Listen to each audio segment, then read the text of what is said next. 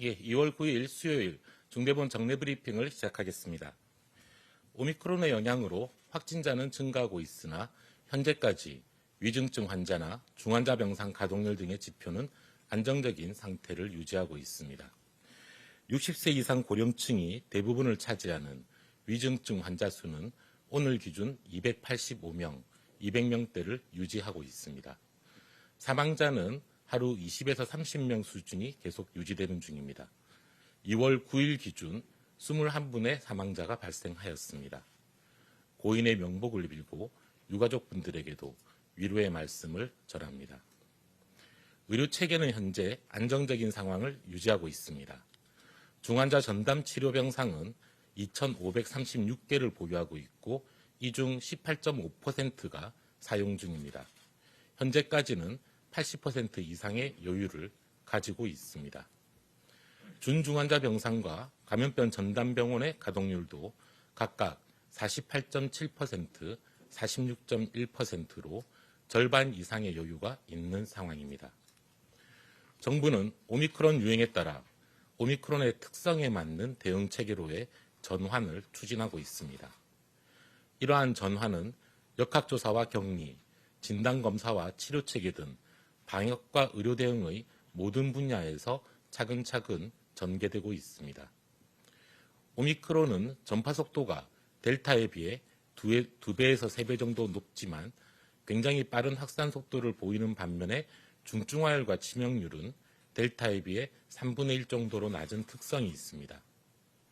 오미크론 확진자 22,703명을 델타 확진자 28,004명과 연령을 표준화하여 비교한 결과 치명률은 델타 0.7%, 오미크론 0.21%로 분석되고 있습니다.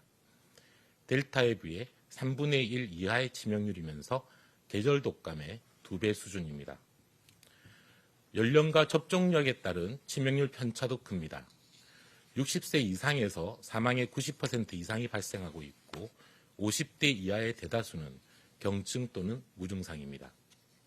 미접종자는 12세 이상의 16%를 점유하고 있지만 지난 8주간 사망의 64.5%를 차지하고 있습니다. 전파 속도는 높지만 치명률은 낮은 특성, 그리고 사망 피해가 60세 이상과 미접종자에 집중되는 점을 고려할 때 우리 대응 체계의 목표도 달라지게 됩니다. 모든 확진자를 다 조기에 찾고 추적하고 전파를 완벽하게 차단하고 의료적 치료를 제공하는 기존의 체계는 자원의 한계상 현실적으로 작동하기 어렵고 사회 경제적 비용도 지나치게 소모됩니다. 또한 의학적인 필요성도 이전보다 많이 떨어집니다. 오미크론에 대응한 방역 체계의 목표는 첫째, 고위험군의 진단과 치료에 집중하여 중증과 사망 피해를 최소화하고 둘째, 의료체계의 과부하와 붕괴를 예방하고 셋째, 사회 경제적인 기능 저하를 방지하는 것입니다. 이러한 목표와 오미크론 특성에 맞추어 대응체계 전반을 하나씩 전환하고 있습니다. 역학조사는 확진자와 가족 등 확실한 접촉자 중심으로 효율화시키고 격리 기간과 대상도 줄였습니다. 보건소 등 방역 역량의 선택과 집중, 그리고 사회적 기능 저하를 방지하기 위한 목적입니다. 진단검사는 중증 위험이 큰 60세 이상과 감염 가능성이 높은 접촉자를 우선적으로 발견하도록 조정하였습니다. 치료체계도 마찬가지로 고위험군에 집중하는 전환이 이루어지고 있습니다.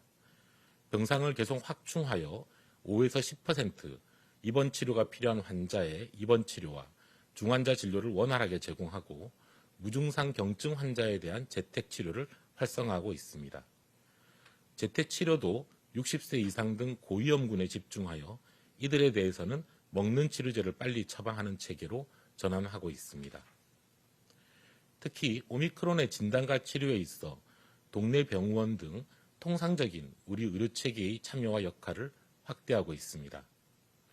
보건소 등 기존의 공공체계와 대형 병원들 이외에 동네 병원들이 환자를 진단하고 치료하는 역할을 점점 더 많이 수행하게 되는 것입니다.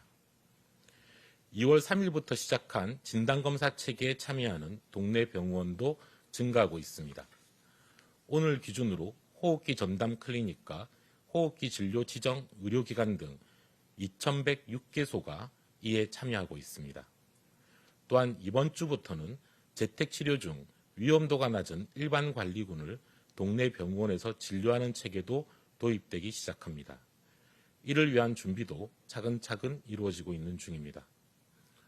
오늘부터 지자체와 전화처방 상담에 참여하는 일선 동네 병원을 대상으로 교육이 실시될 예정이며 또한 이러한 동네 병원에 대해서 전화처방 상담 안내문도 함께 배포됩니다. 동네 병원의 참여를 활성화하기 위해서 전화처방과 상담과 관련된 건강보험 수가도 마련하였고 내일부터 본격적으로 시행됩니다. 대한의사협회와 가급적 모든 동네 의원들이 전화상담과 처방에 적극적으로 참여하도록 함께 협조하기로 협의하였고 서로 힘을 모아 노력하고 있습니다. 의약품 처방이 늘어날 것에 대비하여 대한약사회와도 업무 협약을 체결하였습니다. 담당 약국에서 가족 대리인 또는 배송 등으로 처방 의약품을 전달하는 데 협조하기로 하였습니다. 앞으로 바뀌는 방역과 치료체계 과정에서는 의료계와 동네 병원의 협조가 필수적입니다. 오늘은 대한의사협회 부회장님이 함께 참석하여 오미크론 진료에 대한 동네 병원의 역할을 설명해 주실 예정입니다. 코로나19로 확진된 경우 국민들께서도 종종과는 조금 다른 치료 체계를 이용하시게 됩니다. 최초 환자 분류를 통해 중등도 이상 입원 치료가 필요한 5에서 10% 환자분들은 전담 입원 병상이나 중환자실 등에서 입원 치료를 받게 됩니다. 이외 90% 정도에 해당하는 무증상, 경증 환자들은 재택치료에 배정됩니다. 재택치료 중에서도 60세 이상 등 집중관리군은 증상이 없더라도 하루 2번 모니터링을 하며 의료적 관리를 받으시게 됩니다. 이들을 제외한 무증상, 경증 환자들은 7일간 재택 격리를 하면서 이상이 있는 경우 상담과 처방을 받는 체계로 전환됩니다. 우선적으로는 주변의 호흡기 전담 클리닉 등이나 평소 다니는 동네 의원을 중심으로 전화 상담을 하시면 됩니다. 혹시 전화 상담이 어려운 경우를 대비하여 전화 상담에 참여하는 의료기관 명단을 별도로 취합하고 있으며 이를 공개할 예정이니 이를 참고하실 수도 있을 것입니다. 또한 내일부터는 각 지자체별로 재택치료 의료상담센터를 24시간 운영하게 되기에 이를 통해 상담을 받으실 수도 있습니다.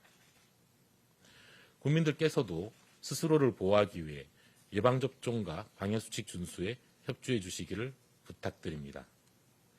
특히 예방접종은 오미크론 유행에 대해서도 감염을 줄이고 중증과 사망을 막습니다.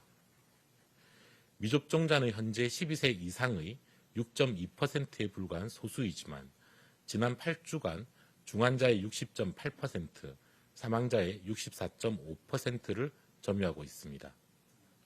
또한 확진자 30만 명의 22.8%를 차지하고 있습니다. 중증 환자와 사망자 중에 미접종자가 차지하는 비중이 절반을 넘어 시간이 갈수록 커지고 있습니다. 중증 사망 위험이 높은 미접종자와 특히 60세 이상 고령층의 감염을 최소화하는 데 오미크론 대응에 성패가 달려 있다고 보고 있습니다. 예방접종을 아직 받지 않으신 분이 있다면 반드시 접종에 참여해 주시기 바랍니다. 특히 60세 이상 고령층 중 접종을 받지 않으신 분들은 본인의 안전을 위해서 꼭 3차 접종을 받아주실 것을 당부드립니다. 미접종자와 고령층의 경우 지금과 같이 대유행이 확산되는 시기에는 일상적인 생활을 조심해 주시기를 부탁드립니다. 사람이 많은 밀폐된 다중시설 이용을 피하시고 KF80 이상의 마스크를 착용해 주시기 바랍니다. 정부도 모든 총력을 다해 방역과 의료체계의 전환을 차질 없이 진행하고 국민들의 일상 회복이 다시 나아갈 수 있도록 최선을 다하겠습니다. 감사합니다.